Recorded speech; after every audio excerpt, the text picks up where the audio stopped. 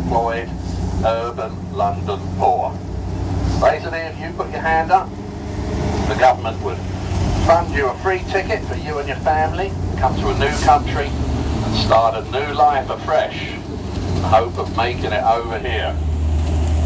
Now, even after we had been established for a number of years, Savannah in Georgia was still not a very popular place with the British Crown and the British government. See, Oglethorpe, being a military man, wanted to try and put a buffer, or eliminate a strong buffer between the Spanish Florida and British North America, and he went to war against the Spanish. Bit by bit, using Tomachic's warriors in the early years, started putting little forts and making incremental places down the coast, try and eliminate the remnants of the Spanish. Although the Spanish were not in direct occupation, they left a lot of mission forts here. And they were missioning, of course, to the Native Americans, the only folk here at the time.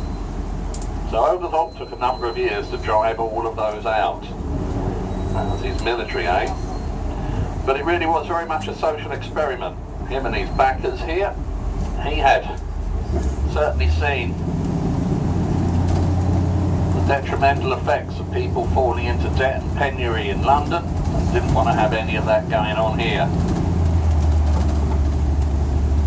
So he believed, and his backers, they could rescue those folks and create a new life here. So that in outlines a little nut of the history of Savannah. But you were probably thinking you'll see sights and scenes like this. Our tree-lined boulevards, live oak tree, our state tree of Georgia, dripping with Spanish moss. No wonder we've seen lots of movies made here. One of those movies we talk about actually starts here on the right-hand side. My name's Forrest Gump. People call me Forrest Gump.